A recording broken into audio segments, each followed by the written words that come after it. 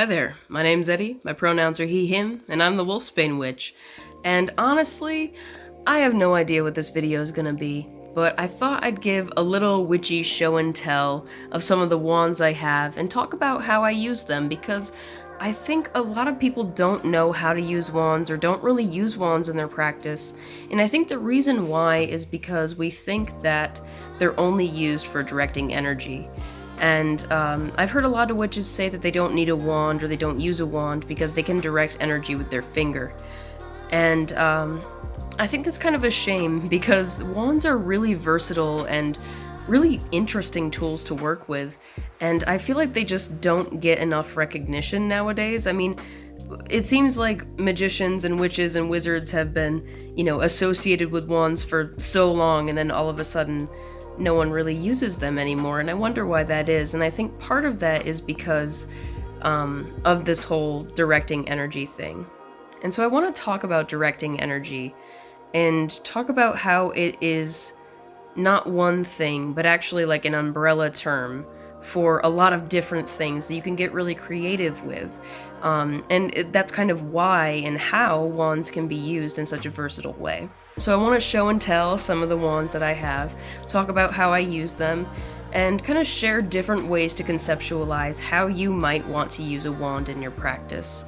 Of course, I'll just leave this out there, even though everyone seems to know it already, and everyone should know it already. You don't need any wand or any tool or anything like that in order to practice witchcraft or in order to move energy or anything like that. But just the same as why you would want to use a tool to be an artist or to be a builder or to bake a cake, the reason why you would want to use a tool is because it makes the process a little bit easier.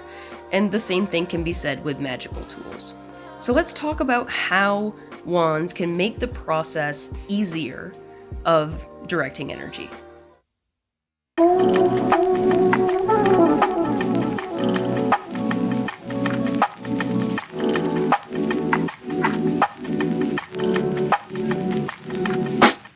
So here's the first wand, and I apologize if the audio is a little weird for this video.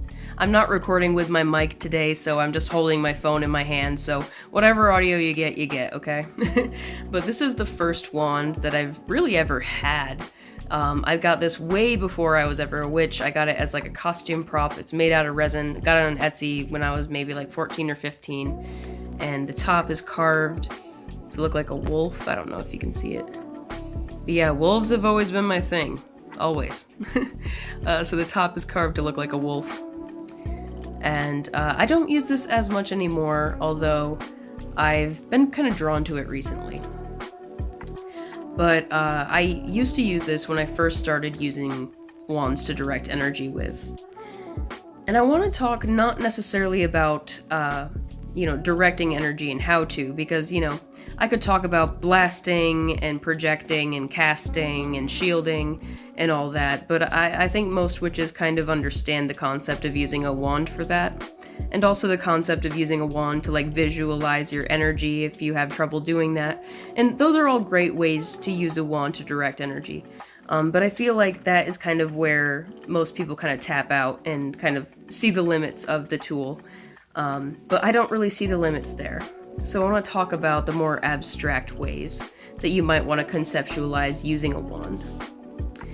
And one of the ways is to use it as a sort of like a energetic barrier, or sort of energetic or spiritual hygiene in a way, or a tool to help you to do that. You see, everything has a sort of energetic vibration or frequency or energetic body around it, or a sort of aura, right? And when you interact with something else's energy, that energy interacts with your energetic body, and it creates a sort of resonance together. Sometimes that resonance is a really good thing, and it creates a positive interaction.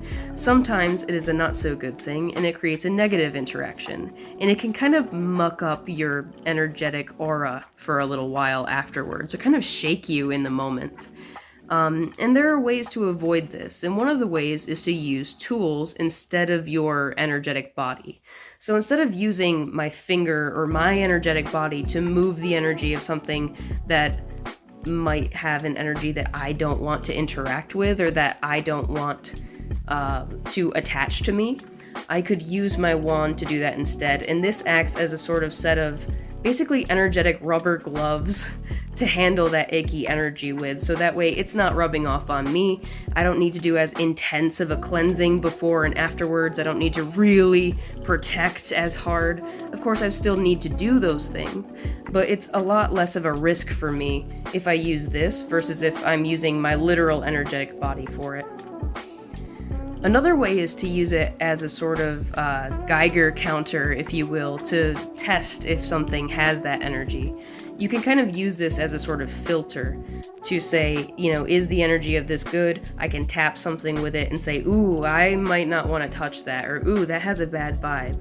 So that way I don't need to actually interact with that energy, with that bad vibe, with that spirit. I can use this as a sort of filter before I interact with it. And this works really well if you are someone who is very energetically sensitive, such as myself. So if you're energetically sensitive, if you're clairvoyant, if you're an empath or something like that, a wand is a really great tool to use if you're interacting with different objects or in different spaces.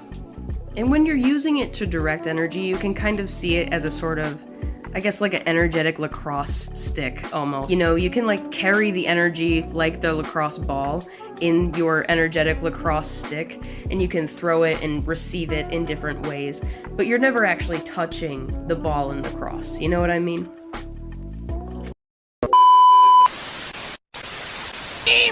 Go sports!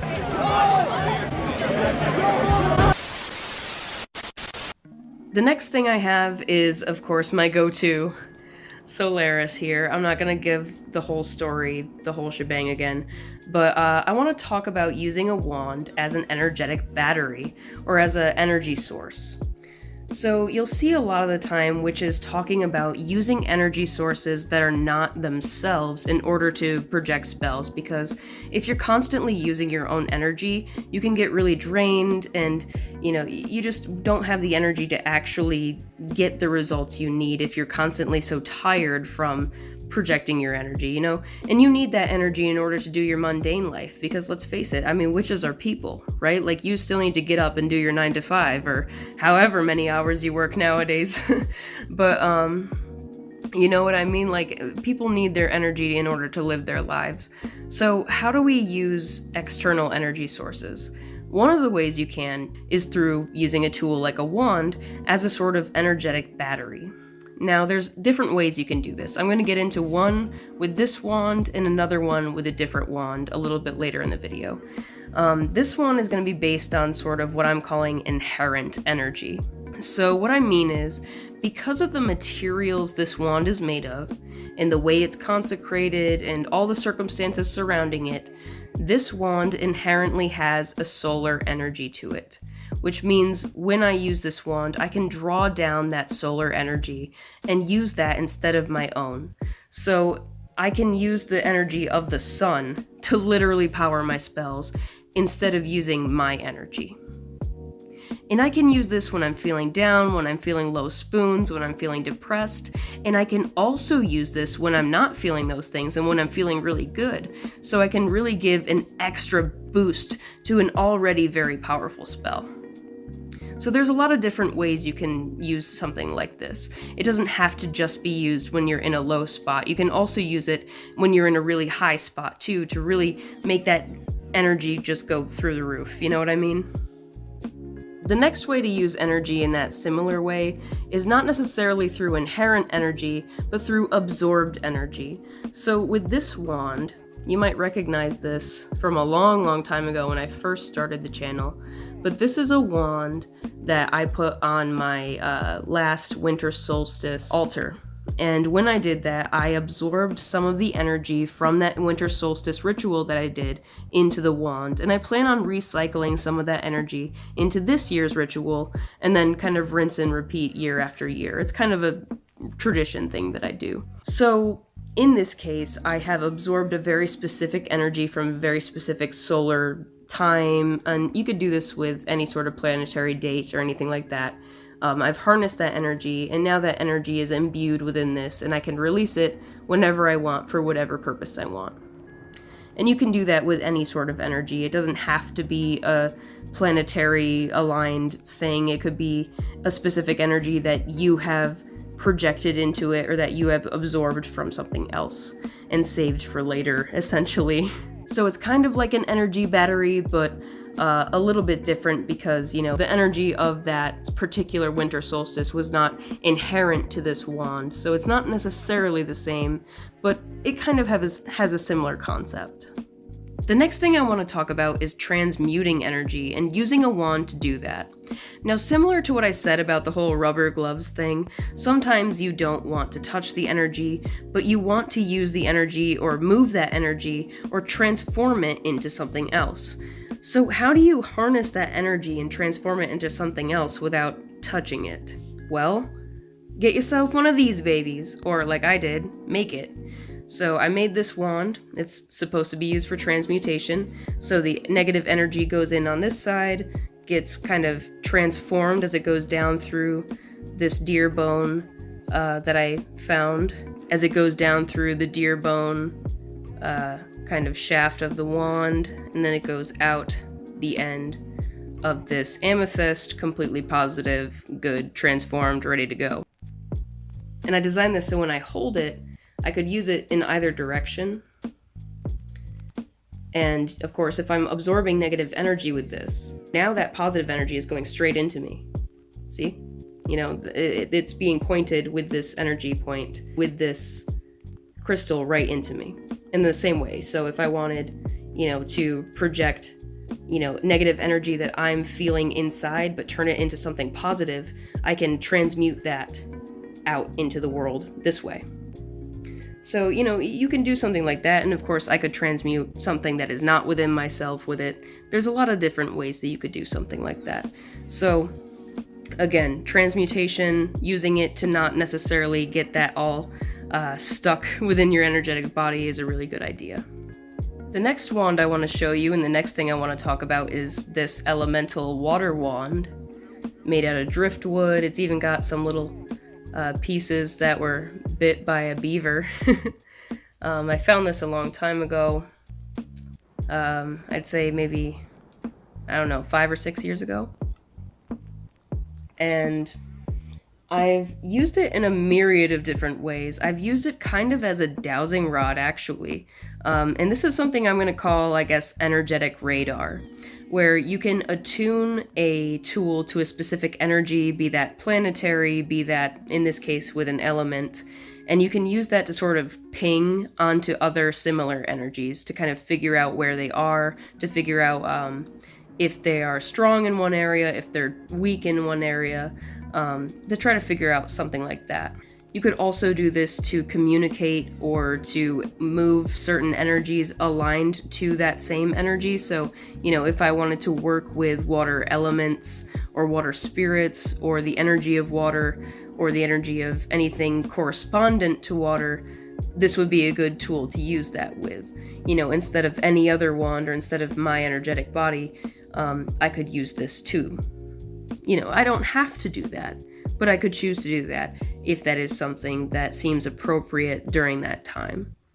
But anyway, I'm gonna get into the very last way that I use wands, and this is to communicate with and to use the energy of spirits and deities. So here I have my wand that I use for the energy and communication of the god Dionysus. And as you can see, the top of it, it's kind of blurry. The top of it looks kind of like a pine cone, so it kind of looks like, the staff that he has in legend. I forget, the name of it eludes my brain currently, but I'll put it up here somewhere. But yeah, I just have this little rose quartz point, and this little thing of amethyst. And this is just made of pine. This little ribbon on it. And I will use this the same way I will use any other wand. And similar to the wands that I used as an energetic battery, this kind of works in a similar way where if I'm casting with this wand, it's not my energy that's being used. It's the energy of the god or the spirit that I'm working with. In this case, it's the energy of Dionysus. So, I would use this to cleanse or consecrate a space in the name of Dionysus. I would use this to invoke or evoke Dionysus or the Dionysus-like energy within a space or within an object or within myself. Obviously, I would hold this or use this during meditation. I may use this to cast the circle around me before I do a meditation instead of any old wand or just instead of a visualization or something like that. Just to add a little extra something. And of course, there's plenty of other ways that you could use this, but I'm kind of leaving it a little open-ended because, one, privacy reasons, and two, because I want you to be able to use this as sort of inspiration for what you do. So I don't want to give you every single thing that I do. I just want to give you some ideas of how you can use a wand in different ways to visualize the sort of broad umbrella term of what directing energy actually is. But yeah, I think that's all I got for you. Hopefully this video was helpful. If you liked it, go ahead and leave a like. If you want to subscribe and haven't subscribed already, go ahead and do that. If you already have subscribed, that is awesome. Thank you so much for doing that. And I will see you in the next video of whatever I make. Blessed be and take care.